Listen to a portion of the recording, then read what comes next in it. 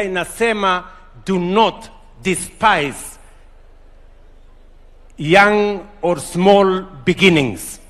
There is a future. Mnanielewa jameni? Kuna watu watakuambia 25,000 haiwezi kufanya chochote. Kuna watu watakuambia shilingi 50,000 haiwezi kufanya chochote. Lakini mimi nataka kukueleza, ukitumia akili, ukijipanga vizuri, 50,000 can make a difference in your life and can grow your business. Na ndio sababu hiyo, I am standing before you to thank the World Bank Group for being our partners so that we can do this together. Pesa ambayo tunawapatia leo ni mkopo tumechukua kutoka World Bank. Mjue si pesa ya bure. Ni mnanielewa?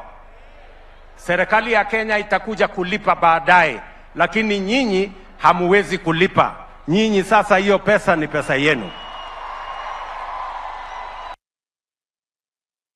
Mnanielewa? Nyinyi mnanielewa?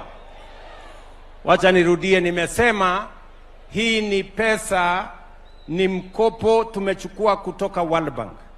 Sisi kama serikali tutalipa, lakini nyinyi tunawapatia na hamuwezi kulipa. Nyinyi ni kuinua biashara yenu. So you must use it wisely. You must use it wisely. Mnanielewa? Mtumie vizuri, because this is kitu ambayo itawasaidia kujiinua.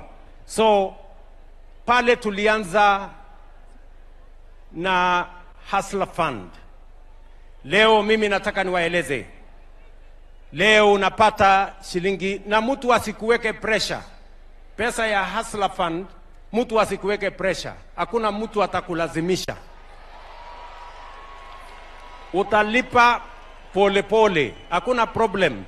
Sisi tutangojea. Hakuna mtu mali yake itauzwa. Hakuna mtu atashurutishwa. Wewe kwa mpango yako utalipa pole pole. Si ndio? Kwa sababu ndio itakusaidia wewe. Kuna watu walichukua 500 na wakahepa. Hasara ni yako. Wewe jipange. Kwa sababu saa hizi ungekuwa unachukua 50,000.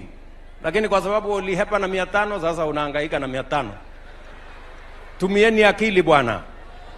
Ama namna gani? Lakini hata hiyo 500 ulihepa naye, hakuna mtu atakufuata.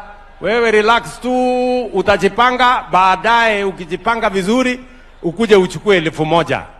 Alafu utaongeza ulipe, uchukue 2,000. Namna hiyo. Nyinyi si leo mtapata 25,000? Si baada ya wiki moja ama mwezi moja ama miezi miwili, kulingana na ile taratibu, mtapata hiyo ingine 25,000? Mnataka kujua vile mnaweza kupata 50,000 ingine na 100,000 na 150? Sikizeni kwa makini. Sikizeni.